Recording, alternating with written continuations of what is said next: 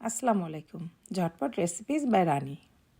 আজ সকালে আমি আর আমার আম্মু খুব সহজ একটা নাস্তা করলাম।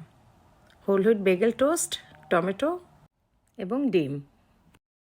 নাস্তা করতে করতে মা মেয়ে প্ল্যান করলাম আজ কি রান্না করা যায়। এই টেনশন আমাদের প্রত্যেক গৃহিণীদের। আজ কি রান্না করব, ডিফারেন্ট কি করব, সেম খাবার, সেম সব কিছু।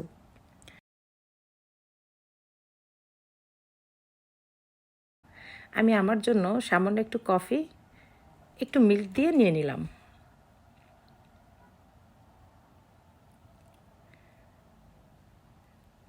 সুন্দর ওয়েদার। এখন প্ল্যান হলো আজ ইলিশ মাছের মাথা দিয়ে কচু শাক রান্না করব। তো আমার আম্মু চলে গেলেন তার হাতের লাগানো কচু শাক কাটতে। সে আমাকে সুন্দর করে তার বাগান থেকে কচু শাক কেটে দিল। এখন আমার রান্নার প্রিপারেশন। মাশাল্লাহ। মাথাগুলোকে আমি সুন্দর করে ধুয়ে হলুদ, লবণ ও শুকনো মরিচের গুঁড়া দিয়ে সুন্দর করে ভেজে নিব।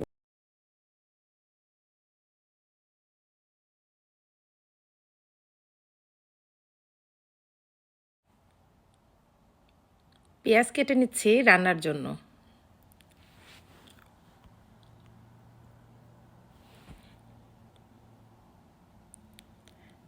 একটা ফ্রাই প্যানে তেল দিয়ে পেঁয়াজগুলো একটু ভেজে নেব। কাঁচামরিচ অ্যাড করব, লবণ দিয়ে দিব স্বাদ মতো। এখানে আমি অ্যাড করছি শুকনো মরিচের গুঁড়া 1 চামচ, জিরার গুঁড়া 1 চামচ, আরও 2-3টা কাঁচামরিচ।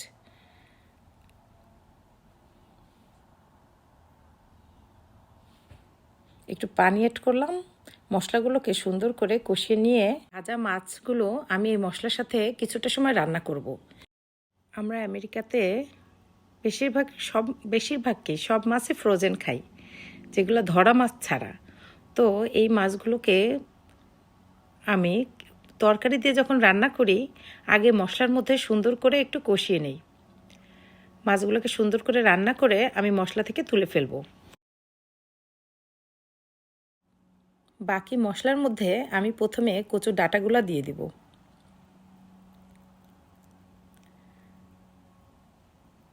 কচুগুলা খুবই সুন্দর, একটুতেই সিদ্ধ হয়ে যাবে। আমার বেশিক্ষণ চুলায় নাড়াচাড়া করতে হবে না। আমি এখানে খুব অল্প আঁচেই রান্না করছি। শাক এবং ভেজিটেবলগুলা আমার মনে হয় অল্প আঁচেই সবার রান্না করা উচিত। কচুর ডাঁটাগুলো কিছুটা সিদ্ধ হয়ে আসলে আমি কচু পাতাগুলো কুচি কুচি করে ডাঁটার মধ্যে দিয়ে দিব। দেশে যখন ছিলাম তখন তো এই কচু শাক এগুলো আর মূল্যই বুঝতাম না। আর এখানে এসে যখন ফ্রেশ এরকম শাক খেতে পারি,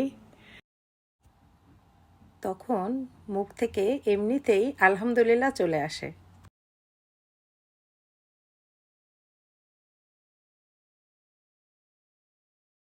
এখানে আমি আরও কিছুটা লবণ অ্যাড করলাম।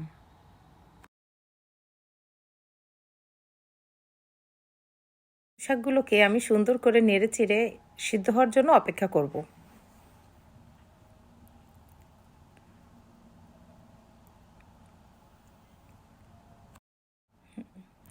আমার কচু শাকগুলো খুব সুন্দর করে সিদ্ধ হয়ে গেছে। এখানে আমি অ্যাড করলাম একটু বোম্বাই মরিচ, অনেকে এটাকে নাগা মরিচও বলেন, এবং আমার সেই রান্না করা মাছগুলো কচু শাকের উপরে দিয়ে দিলাম। কিছুক্ষণ সময় চুলার উপরে রাখবো পানিটা কিছুটা শুকানোর জন্য। পানিগুলোকে আমি একদম শুকিয়ে ফেলবো না। আলহামদুলিল্লাহ, হয়ে গেল আমার মজাদার ইলিশ মাছের মাথা দিয়ে কচু শাক রান্না।